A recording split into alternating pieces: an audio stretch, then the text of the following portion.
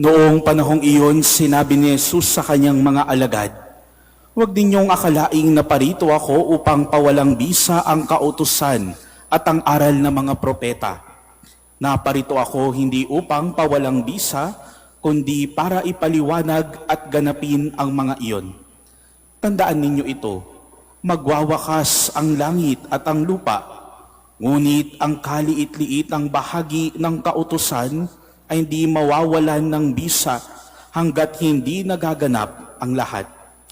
Kaya't sinumang magpawalang halaga kahit sa kaliit-liitang bahagi nito at magturo ng gayon sa mga tao ay ibibilang na pinakamababa sa kaharian ng Diyos.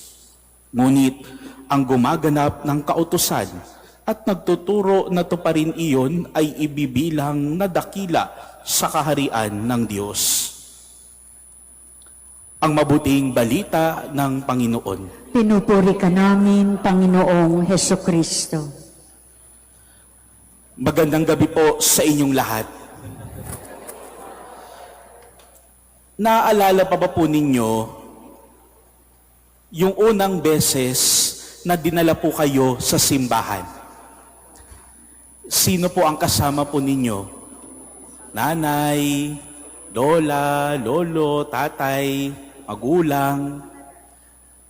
Naaalala pa ba ninyo yung mga unang panalangin na tinuro sa inyo ng inyong mga magulang?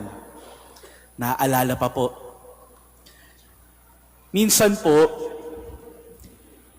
itong mga bagay na ito, noong tinuro sa atin, nung bata tayo, sa mga katikista, sa mga katisismo, ito yung mga nadala natin hanggang sa paglaki natin. Kaya sa bawat pagkakataon, tayo ay nagsisimba, tayo ay nagdadasal, mapa-personal man o kaya sa pagrorosaryo, nadala natin, nabaon yung lahat ng mga naituro sa atin. Pero natanong ba ninyo, at some point, nabalikan ba ninyo, bakit ba kailangan natin gawin ang mga iyon?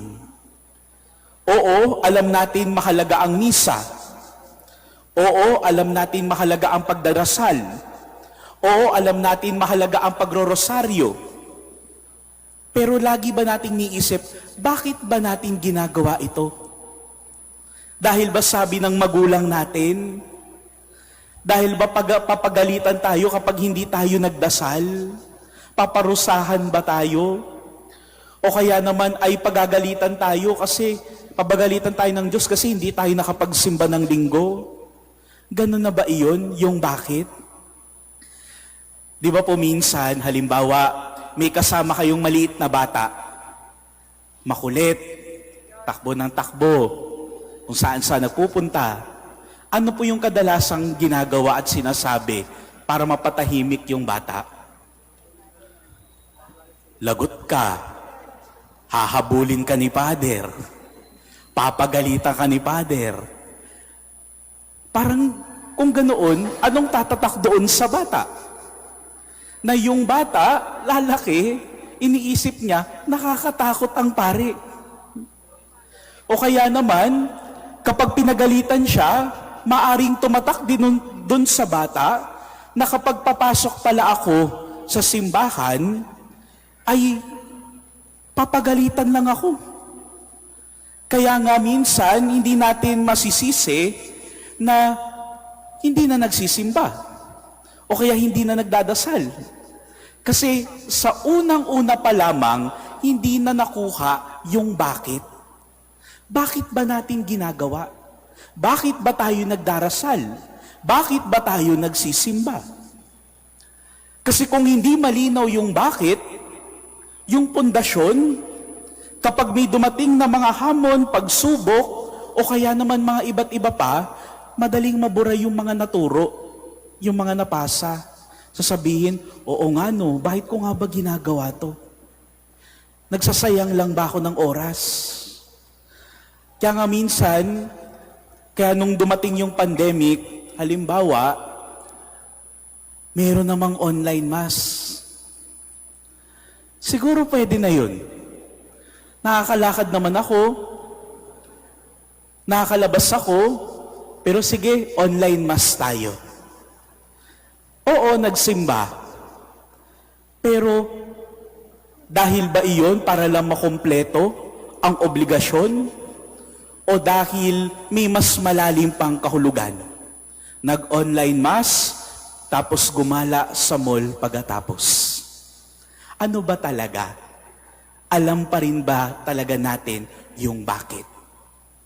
Yung bakit natin bilang mga Katoliko, hindi naman nangangahulugan o nakaangkla o ang pundasyon doon sa pagsunod lamang sa mga batas. Tayo po ay hindi nilikha para lang sundan lang yung batas. Pero para mas unawain bakit ba mayroong ganoon sa simula't simula. Alam naman natin nakabubuti ang turo ng Diyos sa atin. Yung tinuturong katekismo sa atin. Pero hindi natin maangkin kasi hindi natin alam kung bakit. Para saan ba to? Para saan ba yung rosaryo? Para saan ba yung misa? Kaya doon natin mapagtatanto na yung bakit pala natin ay nagsisimula unang-una sa lahat, hindi dito, pero dito. Ang pananampalataya natin nagsisimula dito. Kasi kung wala tayong relasyon sa Kanya, mababaliwala ang lahat. Kasi bakit ba tayo nagdarasal? Kasi sinusundan natin at ginagaya natin yung Kanyang puso.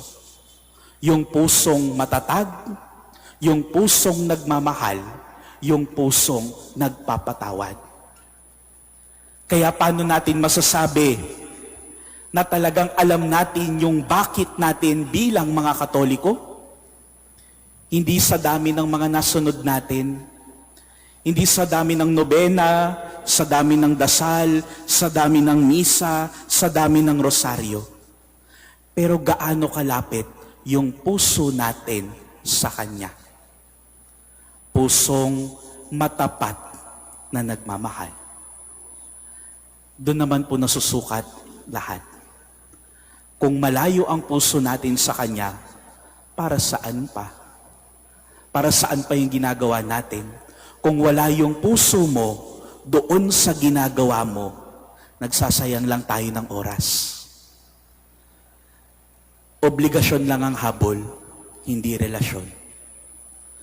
Kaya mga minamahal na kapatid, pinagdarasal natin, nilalapit natin ang ating puso sa puso ni Jesus.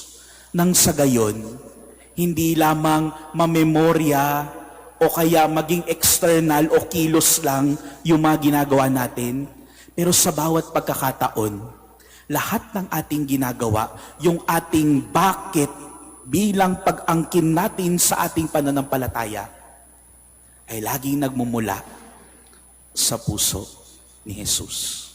Gaano kalapit na ba ang puso mo kay Jesus? Amen.